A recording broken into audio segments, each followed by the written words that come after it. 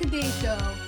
I am here with Christelle, who is a dancer, dance teacher, a business owner, and an advocate. Get ready to be inspired, everyone, so let's get started with Christelle. To begin, Christelle, please tell us a little bit about yourself and your interest in dance.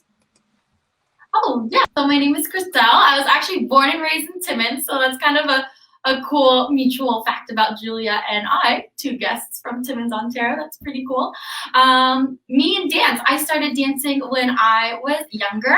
I started Filipino folk dancing from a very young age, and I eventually started doing more studio dancing, tap, jazz, ballet, point, hip hop, some acro, and right out of high school, I decided to move here to Toronto to become a professional dancer.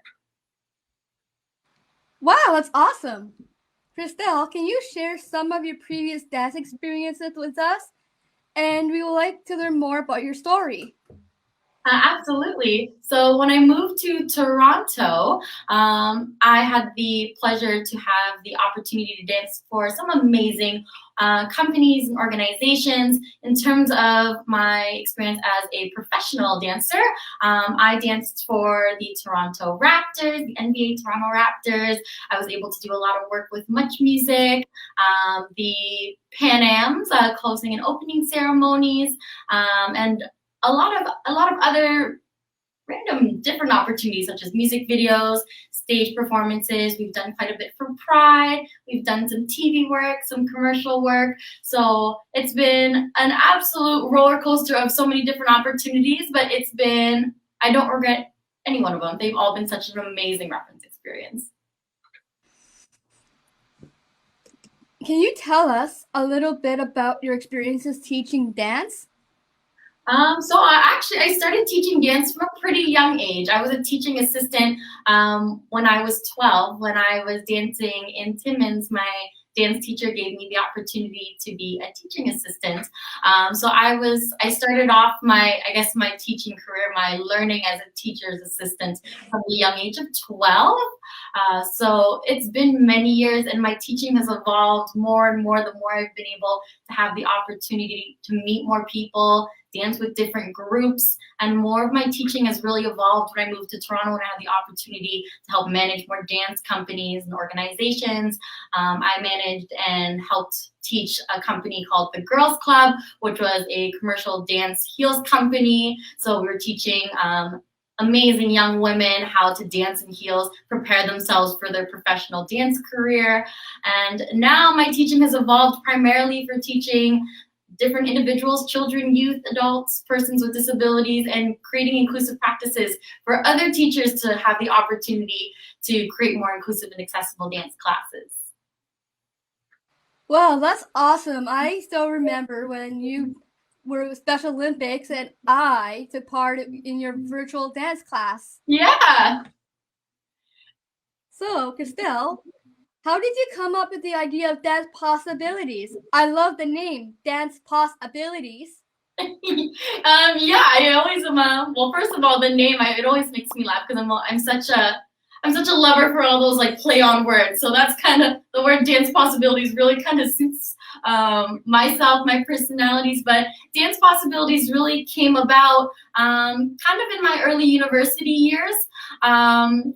In university, my teachers, my professors, all really great people, provided me with a lot of opportunities to work in programming. I've been working at a Variety Village, Holland Bloorview Kids Rehabilitation Hospital, Ability Center, a lot of great places that create programs for individuals with disabilities. And for me, the Dance Possibilities came about after gaining all this experience in creating and developing these programs.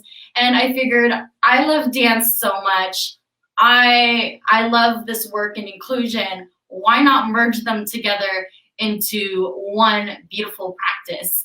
And it really stemmed after this trip I did to Mexico, where I was teaching. It was the first time really kind of creating inclusive dance classes in Mexico. And I thought, this makes my heart feel so whole. I want to do this full time here in Canada, in Toronto, where I'm from. When you're teaching dance, how do you make sure different learners are all included? It really depends on the class, because I want to say every single one of my dance classes look different depending on who wants to participate. So depending on whether they need, if they're a visual learner, if they're more auditory, if they need to write things down, my classes will range based on their needs. So usually when people sign up for my class, I usually kind of go through a bit of an enrollment process, especially for my longer programs, for me to get a better idea as to the class I'm about to teach. I put different tools, different strategies in place to make sure that we get everybody involved. But for the most part, I do a lot of co-facilitation. So I always make sure my assistants, my teaching assistants, my co-facilitators, my other teachers who are involved with me in the class kind of have an idea as to how the class will run. And if there are anything that pop up, we kind of tag team, we collaborate, and we make sure we address any needs, anything that might pop up in the class. At the end of the day, I usually say yes to everybody. And once I say yes, it's one of those, what are the right steps do I need to put into place in order to ensure that everybody feels included? And inclusion and belongingness feels and looks different for every person. So I always make sure I really get to know my students very well, and I communicate a lot with their parents just to make sure I dot my I's, cross my T's, making sure we know exactly what types of things to implement in our dance classes. Christelle, we're going to take a commercial break right now. We'll be back in a moment. Excellent.